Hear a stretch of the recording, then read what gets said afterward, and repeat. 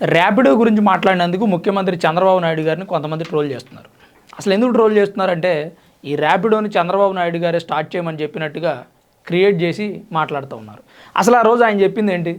ర్యాపిడో స్థాపించిన వ్యవస్థాపకుడు తండ్రి టీడీపీ కార్యకర్త, ఈ జిల్లాకు చెందిన వ్యక్తే. ఆ తర్వాత ఆయన నన్ను కలిశారు, అప్పుడప్పుడు మాట్లాడుకునేవాళ్ళం. కొడుకు కూడా ఐఐటీ చేశాడు. ఆ తర్వాత ఆయనకు ఒక ఆలోచన వచ్చింది, ర్యాపిడో సంస్థ పెట్టాడు. ఆ ఆలోచన రావడం కాదు, దాన్ని అమలుపరచడం గొప్పతనం. 4 సంవత్సరాల్లో బిలియనియర్ కంపెనీ అయిపోయింది అది. మీరు ఎందుకు అట్లా చేయలేకపోతున్నారని చెప్పి అక్కడ ఉన్న యువతను ఉద్దేశించి మాట్లాడారు. అలాంటి ఆలోచనలు రావాలి, అలా గొప్పగా ఎదగాలి. అతి తక్కువ సమయంలో అలాంటి ఆలోచనల్ని ఆచరణ చేసి చూపించాడు. అలా చేయగలగాలని చెప్పి ఆయన చెప్పింది. దాన్ని కొంతమంది జనాలు లేదా చంద్రబాబు నాయుడు గారు అంటే గిట్టని వ్యక్తులు ట్రోల్ చేసే విధంగా స్టార్ట్ చేశారు.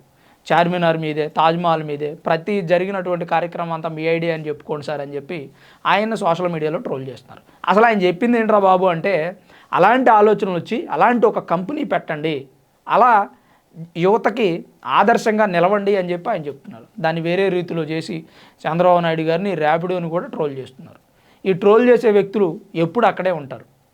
చంద్రబాబు నాయుడు గారి మాటల్ని బుర్రలో పెట్టుకున్న వ్యక్తులు పై స్థాయికి వెళతారనడానికి ర్యాపిడోనే నిదర్శనం. ర్యాపిడో స్థాపించినటువంటి ఆ వ్యవస్థాపకుడు ఎవరైతే ఉన్నారో ఆయనే స్వయంగా చెప్పారు. నేను చంద్రబాబు నాయుడు గారితో మాట్లాడాను 2-3 సార్లు కలిసినప్పుడు.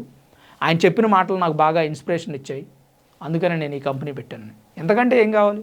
మీరు ట్రోల్ చేసే వ్యక్తులు ట్రోల్ చేసే దగ్గరే ఉండిపోతారు. మరి ర్యాపిడో గురించి మీరేమనుకుంటున్నారో కామెంట్ చేయడం మాత్రం మర్చిపోవద్దు.